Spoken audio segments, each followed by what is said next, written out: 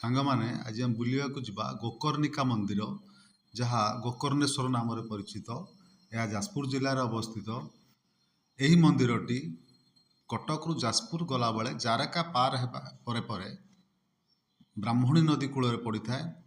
ବ୍ରାହ୍ମଣୀ ନଦୀ କୂଳରେ ଥିବା ଯେଉଁ ପାହାଡ଼ ପାଦଦେଶରେ ଏହି ମନ୍ଦିରଟି ଅତି ସୁନ୍ଦର କାରୁକାର୍ଯ୍ୟ ପୂର୍ଣ୍ଣ ହୋଇଛି। ଜାତୀୟ ରାଜପଥର କଡ଼ରେ ଏହି ମନ୍ଦିର ଅବସ୍ଥିତ। ଗାଡ଼ିରେ ଗଲାବେଳେ ଏଇ ଗେଟ୍ଟି ସମସ୍ତେ ପ୍ରାୟ ଦେଖିଥିବେ, ଯେଉଁମାନେ ଯାଜପୁର ଯାଇଥିବେ। ଦେଖନ୍ତୁ ମନ୍ଦିରର ପ୍ରବେଶ ଦ୍ୱାର ଅତ୍ୟନ୍ତ ସୁନ୍ଦର। ଏହାପରେ ବାମ ପାର୍ଶ୍ୱରେ ରହିଛି ମାଙ୍କର ମନ୍ଦିର। ଏହାକୁ ଦର୍ଶନ କରିବା ପରେ ଆମେମାନେ ଭିତରକୁ ଯିବା। ଏ ଦେଖନ୍ତୁ କଳା ଓ ଧଳା ବୃଷଭ ଦୁଇ ପାର୍ଶ୍ୱରେ ରହିଛନ୍ତି। ଏହା ମନ୍ଦିରର ପାବଚ୍ଛ। ଏହାର ଦକ୍ଷିଣ ପାର୍ଶ୍ୱରେ ତଳେ ଦେଖାଯାଉଥିବା ଆପଣଙ୍କୁ ବ୍ରାହ୍ମଣୀ ନଦୀ। ଏହି ପାବଚ୍ଛରେ ଆମେ ନଦୀ ନିକଟକୁ ଯିବା।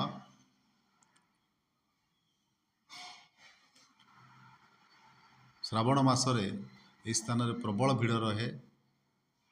କାଉଡ଼ିଆ ମାନେ ଏଇଟାକୁ ଜଳ ଲାଗି କରିବା ପାଇଁ ଆସନ୍ତି। ଏବଂ ନଦୀରେ ଯେତେବେଳେ ପାଣି ଆସିଯାଏ, ସେତେବେଳେ ମନ୍ଦିର ମଧ୍ୟରେ ପାଣି ପ୍ରବେଶ କରେ ଏବଂ ବାବା ଗୋକର୍ଣ୍ଣେଶ୍ୱର ଜଳ ମଧ୍ୟରେ ରହିଯାଆନ୍ତି। ସେତେବେଳେ ଏହାର ପରିବେଶ ଅତ୍ୟନ୍ତ ସୁନ୍ଦର ଲାଗେ, ଜଳାର୍ଣ୍ଣବ ପରିବେଶ। ବର୍ତ୍ତମାନ ଆମେ ନଦୀ ନିକଟକୁ ଯିବା। ମନ୍ଦିରର ଚତୁଃପାର୍ଶ୍ୱ ଆପଣମାନେ ଦେଖିପାରୁଥିବେ, ଅତ୍ୟନ୍ତ ସୁନ୍ଦର ଲାଗୁଛି।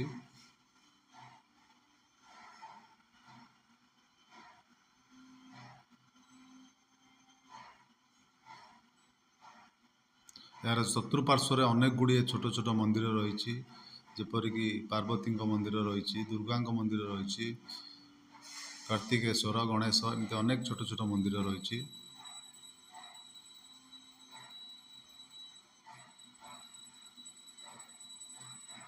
ଏବେ ଦେଖନ୍ତୁ ବ୍ରାହ୍ମଣୀ ନଦୀ।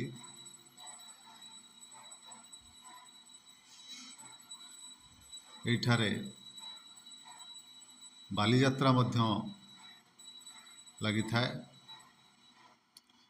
ବ୍ରାହ୍ମଣୀ ନଦୀ ଉପରେ ଜାତୀୟ ରାଜପଥର ସେତୁ ଦୃଶ୍ୟମାନ ହେଉଛି।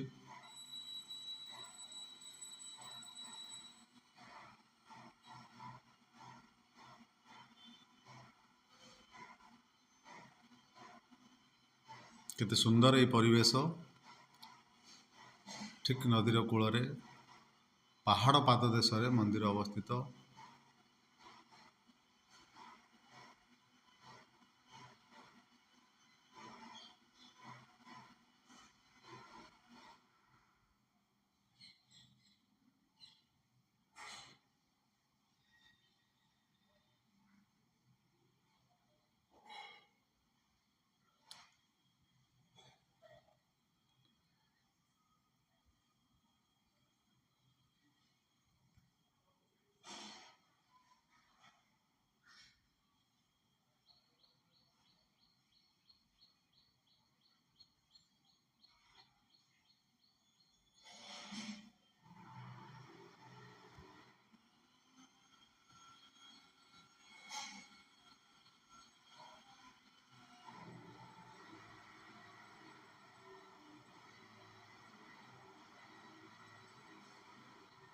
ଏହି ମନ୍ଦିର ଜାରକାରୁ ମାତ୍ର 3 କିଲୋମିଟର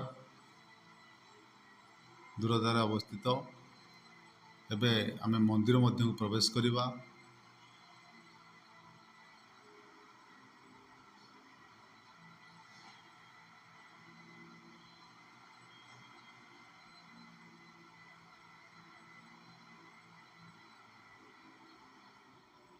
ଏ ହେଉଛି ମୁଖ୍ୟ ମନ୍ଦିର, ଯେଉଁଠି ବାବା ଗୋକର୍ଣ୍ଣେଶ୍ୱର ରହିଛନ୍ତି।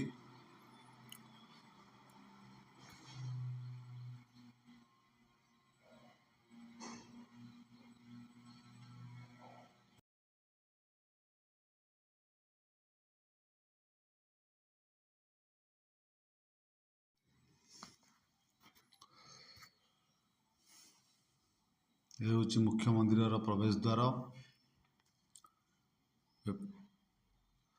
ପାହାଚ ଦେଇ ଆମେ ତଳକୁ ଯାଉଛନ୍ତି।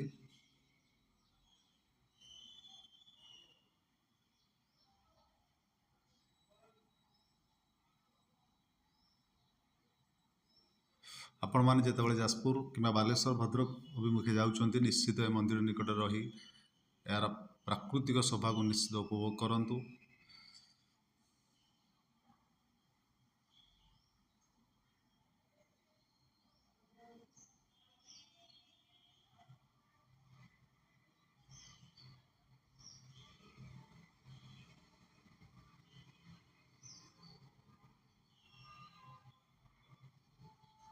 ମନ୍ଦିରର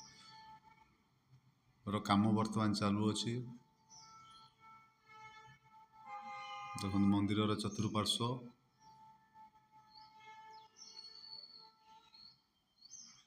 ହଜାର ହଜାର ବୃଷଭ ମୂର୍ତ୍ତି ଏଠାରେ ରଖାଯାଇଛି।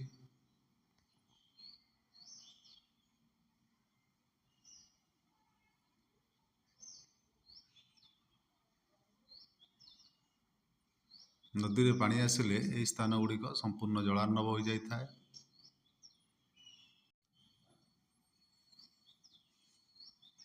ମନ୍ଦିରର ଚତୁଃପାର୍ଶ୍ୱ ଆପଣମାନେ ଦେଖୁଛନ୍ତି କେତେ ସୁନ୍ଦର ଲାଗୁଛି।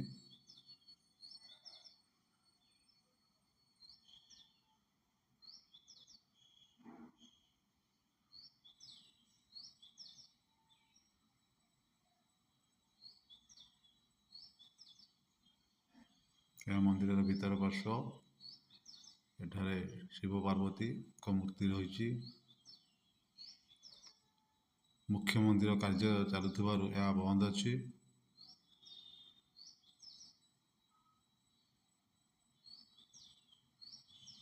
ଏବେ ଆମେ ବାହାରୁ ଆପଣମାନେ ନିଶ୍ଚୟ ଏ ମନ୍ଦିର ବୁଲିବାକୁ ଆସନ୍ତୁ।